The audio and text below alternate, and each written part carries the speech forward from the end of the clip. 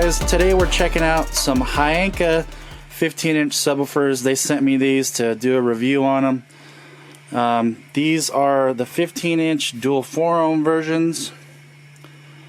They look pretty similar to the 10s and the 12s. If you guys didn't see my review on those, you can check it out. One thing I did notice right away is as soon as I lifted up the boxes, these felt pretty light for 15s. So they weigh in at about 21 pounds. So I'll put that up on the screen now. So they are pretty light. Looks like what they did is they used the motor from the same motor from the 10 and the 12 on the 15. So hopefully they'll still perform well. The 10s and the 12s are really good budget subs, so we're going to check these out. These are rated at 1000 RMS, 1200 peak, or 2000 peak it says, 1000 RMS. And this is the same double stack magnet that the 10s and the 12s use. The cone's a little different on these. I'm sure they had to lighten up the material since they used a smaller motor. Dust cap's different. Same high roll surround, red stitching, red woven spider, and then you have single round woven tinsel leads. And then you have your push terminals. The push terminals are a little small. I wish they made them a little bit bigger so it'd be easier to, put a couple wires in there. And you have lots of venting, your Hyanka rubber magnet bumper. Good looking 15s.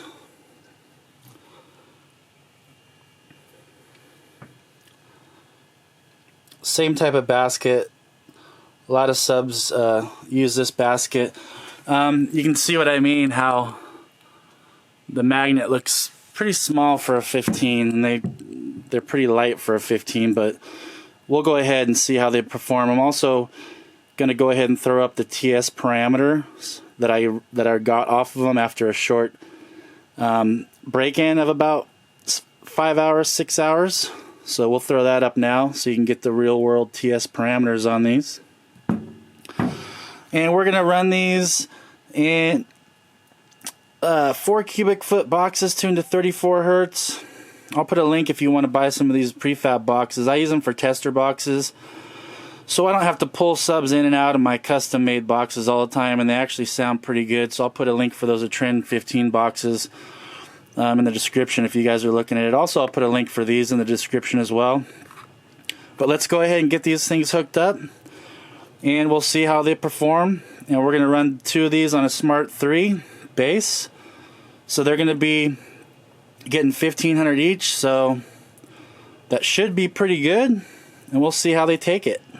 Alright, let's get to it. Alright guys, so we got both of these Hyanka 15s hooked up out here on a Teramp Smart 3 base.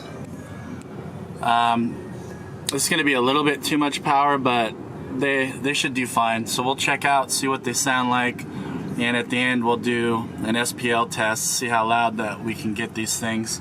Alright, let's go ahead and play some bass and see what they do.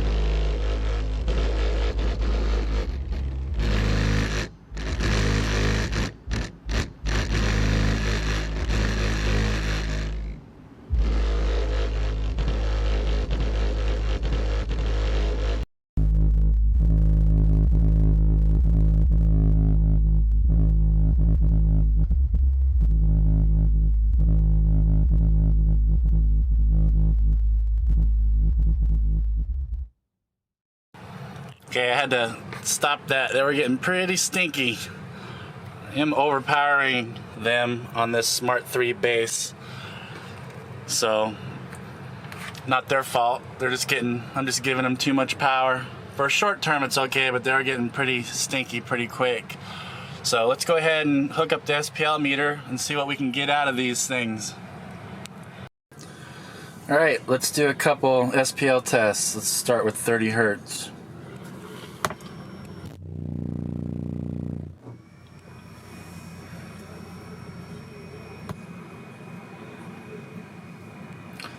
Let's try another one. We'll go up in little increments.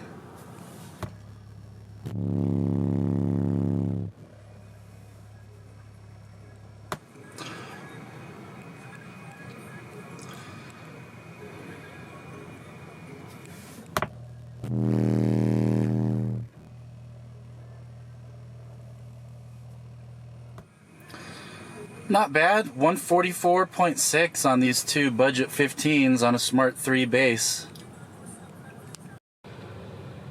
Alright, well there you have it. We'll go ahead and go back to the shop and I'll give you my final thoughts on these Hyanka 15-inch subwoofers. Alright guys, well we're back in the shop. I did roll around with these also for a few days.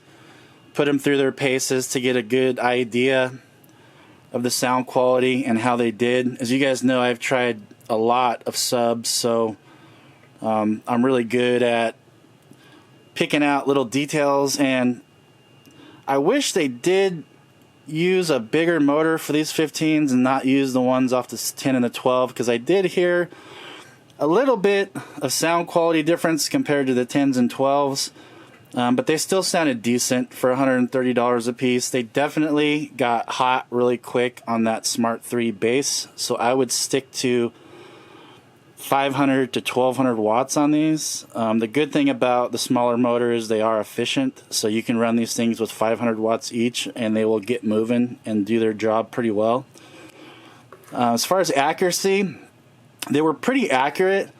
The bass hit relatively hard, but they're just kind of like a smooth, flatline woofer. Nothing was really, they weren't super punchy.